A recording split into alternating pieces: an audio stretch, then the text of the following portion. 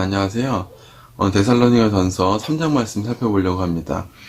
데살로니가 전서는 사도 바울이 썼던 편지 중에서 가장 이른 시기의 것입니다. 바울은 데살로니가에 교회를 개척하여서 세웠습니다. 그리고 바울은 다른 곳을 전도하기 위해서 그곳을 떠났는데요. 바울은 그곳을 떠나기 전에 데살로니가 교인들에게 앞으로 닥칠 환란을 예고했습니다. 당시는 로마 황제 숭배가 만연했을 때인데, 황제 숭배를 하지 않고 예수를 믿게 되면 당연히 정치적이고 또한 사회적인 제약이 찾아오게 되는 것이었습니다. 우리도 일제치하에 여러 가지 그런 사회적 제약들이 있었죠. 기독교인들이 되기 위해서는. 그런데 이것은 단지 절하고 안 하고의 차이만이 아닙니다.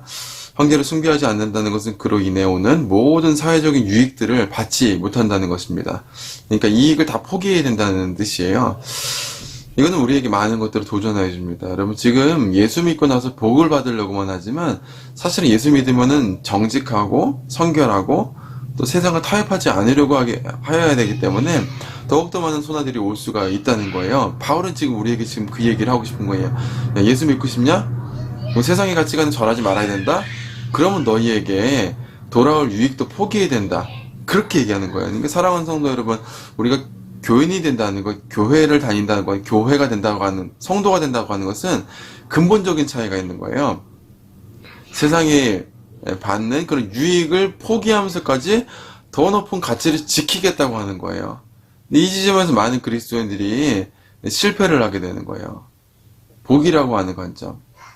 가치를 추구해야 되는데 복을 위해서 가치를 버리는 것이 세상인데 우리는 가치를 위해서 복을 버릴 줄 알아야 되는 거예요. 저는 여러분들이 가치를 위해서 복을 버리는 사람들이 되었으면 좋겠습니다. 바울은 5절에서 이런 고난 가운데 서 있는 데살로니가 교인들의 믿음을 걱정했습니다. 얼마나 그들의 믿음이 흔들리지 않고 서도록 기도했는지 이 사랑하는 제자인 디모데를 파송합니다. 믿을 만한 사람을 파송해야지 그들의 믿음을 잘 성찰할 수 있기 때문에 그런 거예요. 여러분, 교회는 항상 이렇게 교인들의 그 신앙, 그러니까 일부 교회 다니고 안 다니고 그런 게 아니에요. 제가 전에 있는 교회는 이제 뭐 한 500명, 600명 되는 교인들이 있으면 그거를 주마다 이렇게 출석을 다 체크를 했어요. 출석표로 만들어갖고, 그 중에 다 만들어갖고, 구역별로, 뭐, 교구별로 통계를 해서 이렇게 했는데, 그런 게 뭐 명목은 교인들 이제 신앙생활 감찰한다는 건데 사실은 그것도 피상적인 거예요. 교회야 뭐 사고로 나가거나 아프면 안 나올 수 있죠. 근데 그런 게 아니라 정말 전심으로 성도들의 영혼이 추구하는 가치가 무엇인지, 복인지, 오늘 말씀대로 가치인지, 하나님 말씀을 순종하는 삶이 진정으로 있는지, 올바른 믿음을 갖고 있는지, 그거를 감찰하기 위해서 믿을 만한 제자를 파송하는. 이게 예를 들어서 구역장이나 장로님들이나 이런 분들이겠죠. 지금 교회들이 그걸 위해서 힘써야 되는 거예요. 교회가 다른 게 아니에요. 그 믿음을 위해서 힘써야 되지 단순히 교회를 잘 나오고 헌금 잘한다고 그게 믿음을 감찰하는 건 아니에요. 교회가 하나님을 향한 믿음과 순종이 없다면 안고 없는 찐빵이 되고 말아요. 아무리 10,000명, 100,000명이 모일지라도 하나님을 향한 사랑과 순종이 없으면 교회가 아니라 이익집단이 되는 것이죠. 그리고 그 사람들이 드리는 예배는 예배가 아니라 감성 충족 콘서트가 되는 거예요. 좋은 설교나 강연들을 주입하면서 마음에 눈물 한번 흘리고 막 은혜 받았다 이렇게 생각하면 자기가 좋은 신앙이라 생각해요. 나는 이렇게 예배 드리면서 울 수 있는 사람이야. 굉장히 은혜 받을 수 있는 사람이야. 그렇게 스스로 위로하고 간단 말이에요. 근데 그게 아니에요. 순종이 있어야 돼, 삶 가운데. 서로가 하나님 앞에서 바로 서도록 하는 걱정이 있어야 되는 거예요. 그래서 교회는.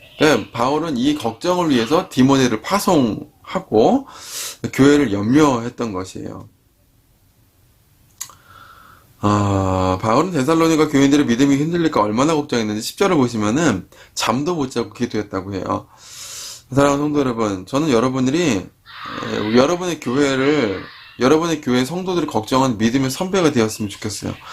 하나님을 향한 근심이란 나 개인에게도 해당되지만 사실은 지체들을 향한 걱정도 굉장히 중요한 거예요. 여러분, 바울 한번 보세요. 교회를 항상 걱정하잖아요.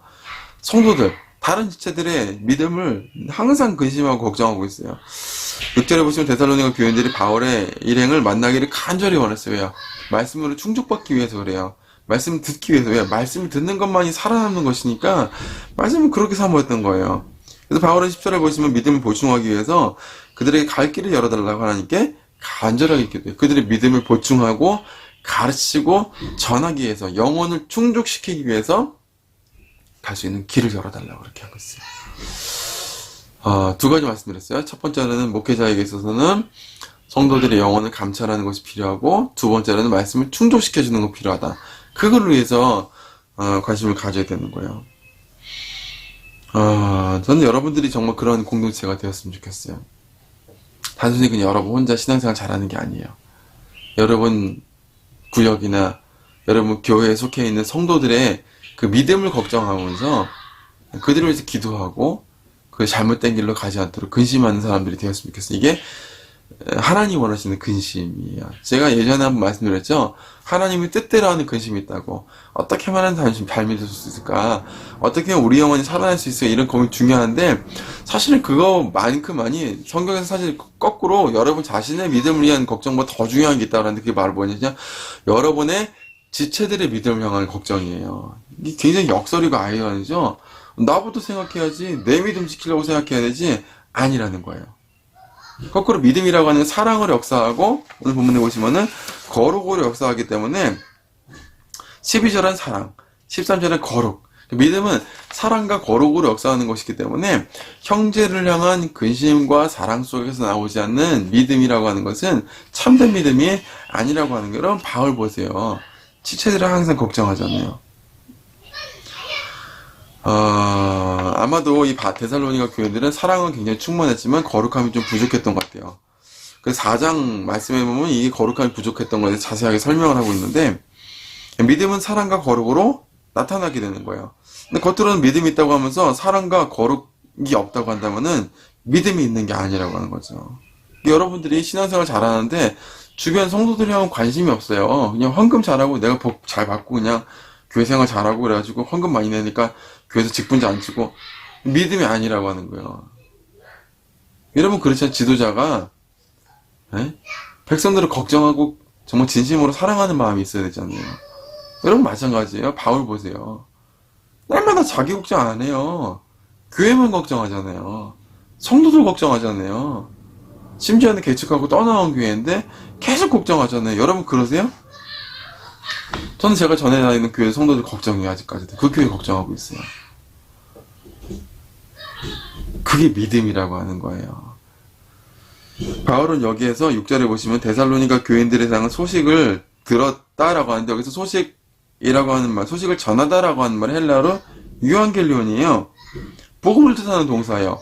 그 바울이 지금 복음을 듣는 것만큼 기뻐했던 게 뭐냐면은 데살로니가 교인들에 대한 소식이에요. 소식.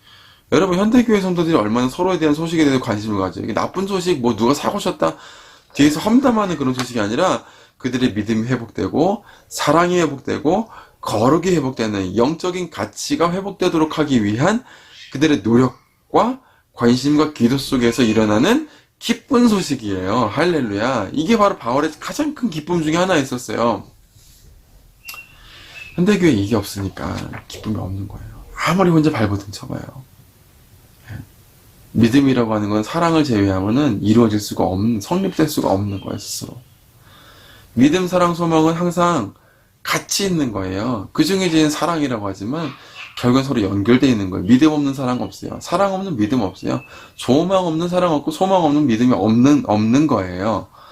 사랑하는 성도 여러분, 진심으로 여러분 부탁드립니다. 여러분 교회의 형제들을 위해서 관심을 가지시기 바랍니다. 여러분 성도들을 위해서 기도하시고 그들을 향한 기쁜 소식을 좀 기쁘고 즐겁게 받아들이는 여러분 되었으면 좋겠습니다.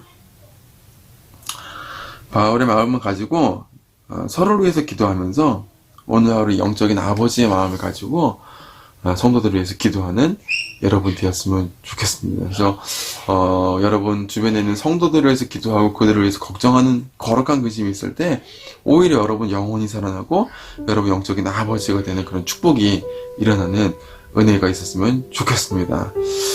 기도하겠습니다. 하나님 아버지, 말씀을 통해서 바울의 이 큰 기쁨에 대해서, 아니 바울의 큰 걱정에 대해서, 근심에 대해서 알게 하시니 감사합니다.